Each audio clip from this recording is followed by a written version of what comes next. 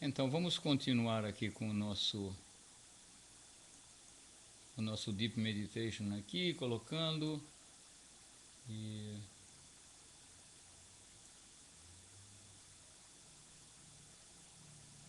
nós estávamos falando agora mesmo sobre feromônio, sobre o que acontece quando você se apaixona, quando vocês se amam, e que tem a serotonina, que é o hormônio da felicidade, a oxitocina e outra, a vasopressina, responsáveis pela formação dos laços afetivos mais duradouros e intensos, como o da mãe com o filho.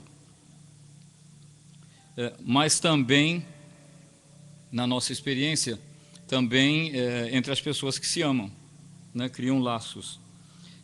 Esses hormônios também tendem a aumentar nas fases mais agudas, preparando o terreno para um relacionamento estável. Na realidade, eu andei deduzindo, sei que está fora de foco, né, mas deixa.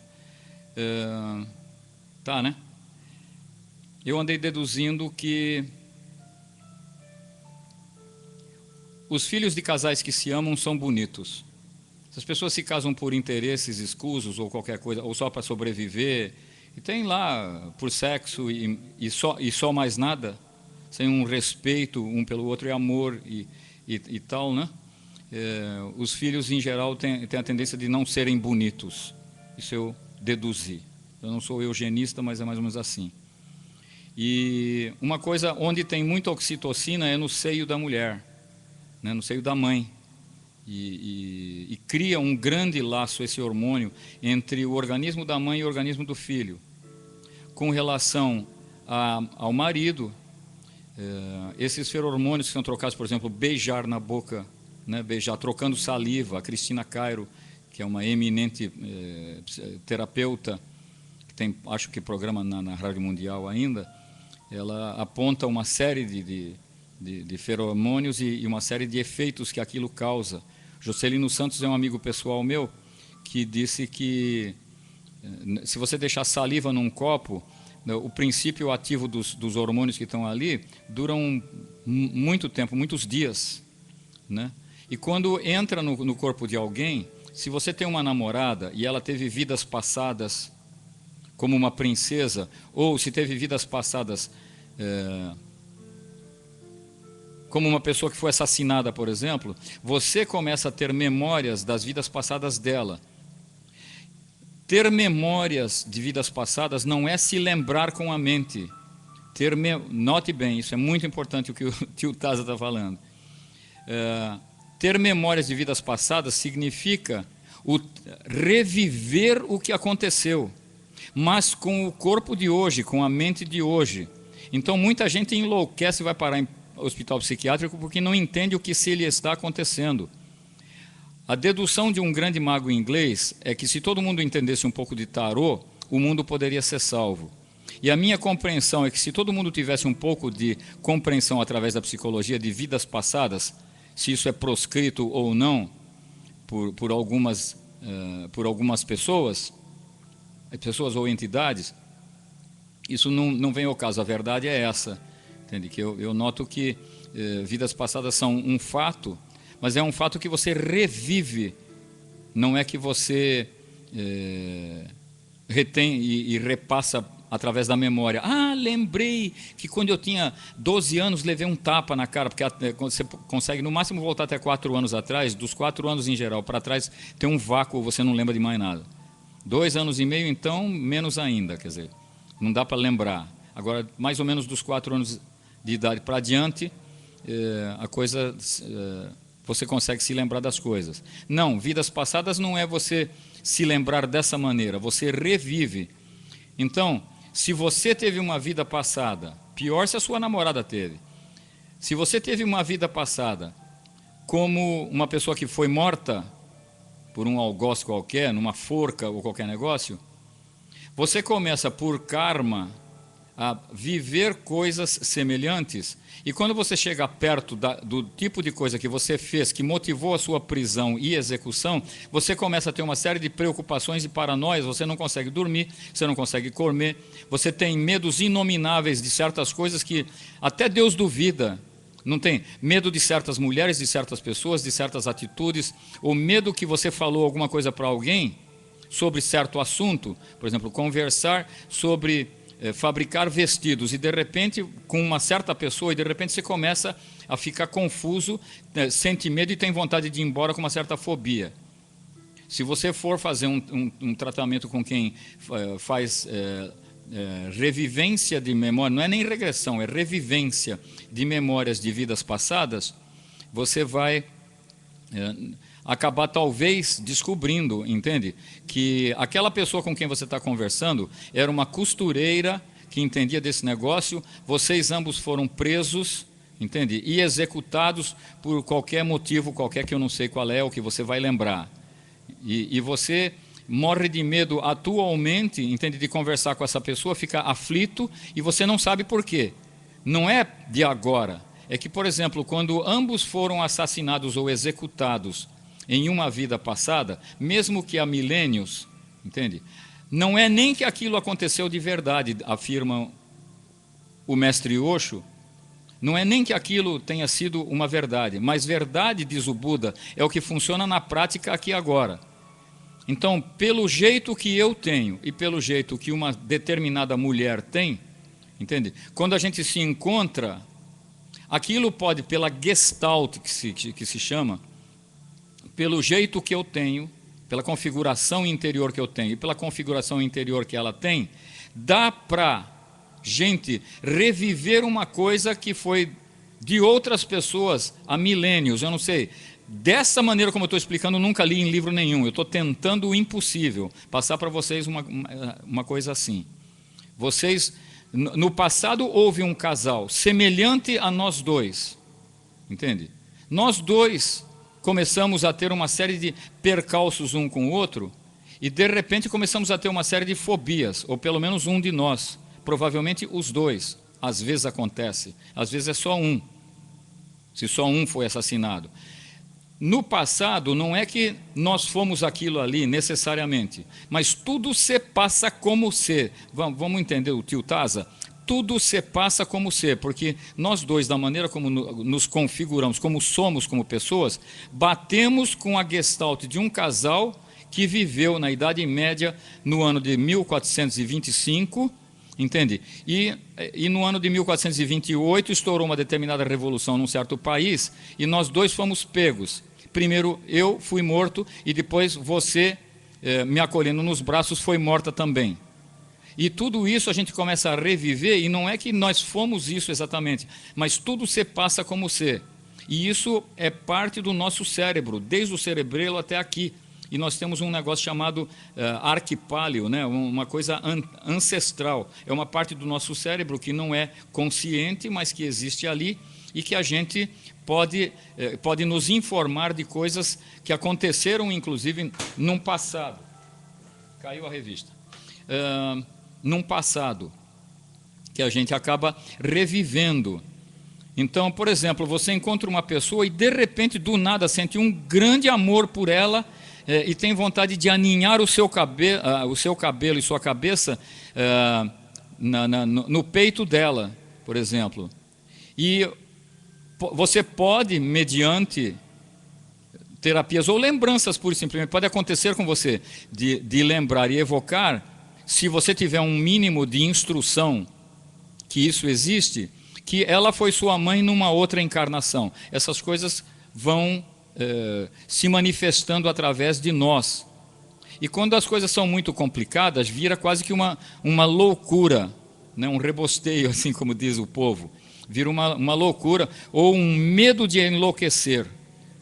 Uma das coisas que é mais apavorante para o ser humano, e é um grande tabu, tem um psicólogo, eu sei que ele é amigável, nós nunca conversamos, o nome dele é Viresh, e foi apontado pelo mestre Osho como o primeiro terapeuta dele, o mais importante terapeuta dele no solo, no território europeu. né? Em Holanda eu tive o privilégio de visitar o império, entre aspas, deles. É um castelo que fica perto do mar, chama-se Egmond aan Zee, e eles têm uma série imensa de terapias, e é tanto quarto e tanto tipo de terapia, a ponto de que, inclusive, eles têm uma cela, que o cara, mas ele assina um termo de compromisso, que ele diz, olha, eu estou sentindo que eu preciso parar de conviver na sociedade, eu vou enlouquecer com certas coisas, tá ruim para mim, e eu cismei que eu preciso ser preso, eu quero me internar, entende? Você assina um termo de compromisso e assina quantos dias você quer ficar preso. E depois do quarto dia, você bota lá, 7 dias. Depois do quarto dia, se você começar a esmurrar as paredes, quero sair, não quero mais essa porcaria, não, ninguém te tira de lá, você esteja preso. Você assinou um termo de compromisso e é como se você estivesse numa malfadada prisão de verdade, que a gente vê uns filmes por aí. Eu nunca visitei nenhuma em loco, nesta vida, mas essas coisas existem. Existem prisões, como vocês sabem, né? Então não adianta o cara bater, esmurrar na porta, olha, não quero mais, me dá, rasga esse papel que eu não aguento mais ficar só aqui. Não adianta, você fica, pode berrar, eles fecham a porta, tem um estofado lá dentro, de fora quase que não se ouve ou não se ouve nada do que você está berrando lá dentro, então não adianta berrar, que você vai ficar 7 dias, que foi o que você optou por. E em geral a pessoa sai de lá nova em folha. Tem uma coisa chamada Vipassana, entende? Que tem uma prisão em Delhi, que é violentíssima, e uma mulher desse tamanho, ela deve ter 1,55 m. O Osho era baixinho também, pelo visto.